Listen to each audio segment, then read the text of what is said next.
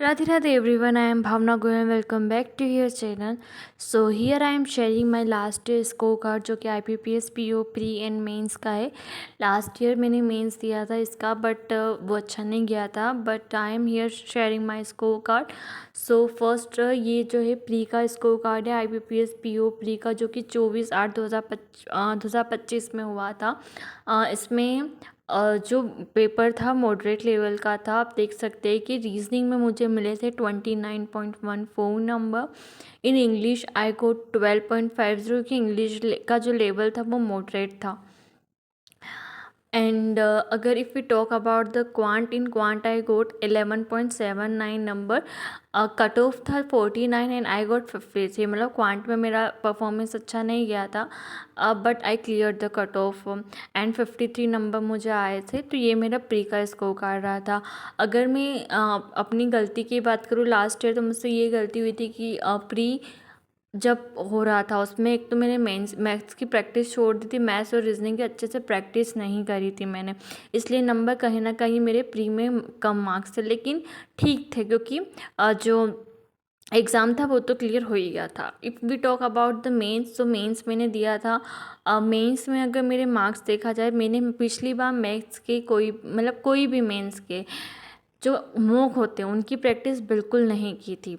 So number मेरे कम है इसमें। अगर हम बात करें रीजनिंग में, तो रीजनिंग में आप आई गोट 60 में से 21.75 नंबर और कट ऑफ था 4.50, जो कि आप स्क्रीन पर देख सकते हैं। इन जीए आई गोट 4.75 एंड कट ऑफ ओनली 1 था। एंड इन इंग्लिश आई गोट 14, जो कि कम है। इंग्लिश में और अच्छा कर सकती थी मैं, और इसका कट ऑफ गया था 10.25।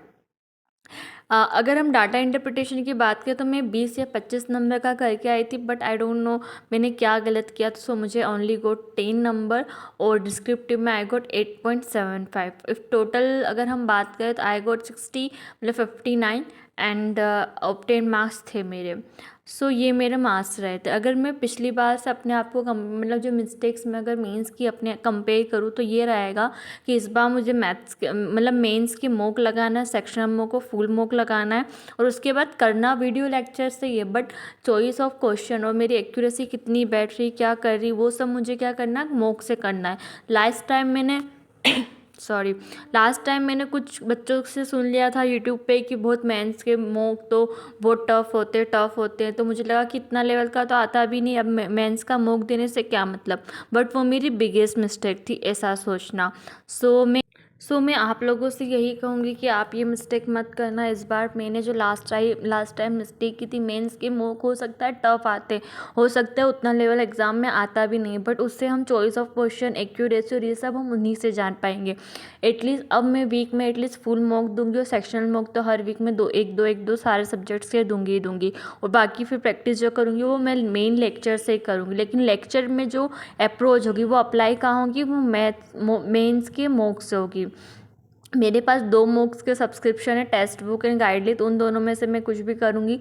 और आफ्टर राखी के बाद हम एक चैलेंज भी ट्राई करेंगे, जिसमें 30 डे का हार्ड चैलेंज, जिसमें हम मेंस की मॉक देंगे और मेंस पे ज़्यादा ध्यान देंगे। और अगर बात करूँ करंट अफेयर्स का, तो करंट अफेयर्स लेके चलना। पिछली बार मैं कहूँगी तो मेरी करंट अफेयर्स में ठीक ठीक परफॉर्मेंस थी, बट मैं कहाँ कमी गई थी, मैथ्स और रीजनिंग में कमी हो गई थी मेरी, और कहीं ना कहीं इंग्लिश में भी। तो वो अब मैं इम्प्रूव करने की कोशिश कर रही हूँ। So that's it for today. Thank you so much for watching. Let me know आपको वीडियो कैसा लगा। Like share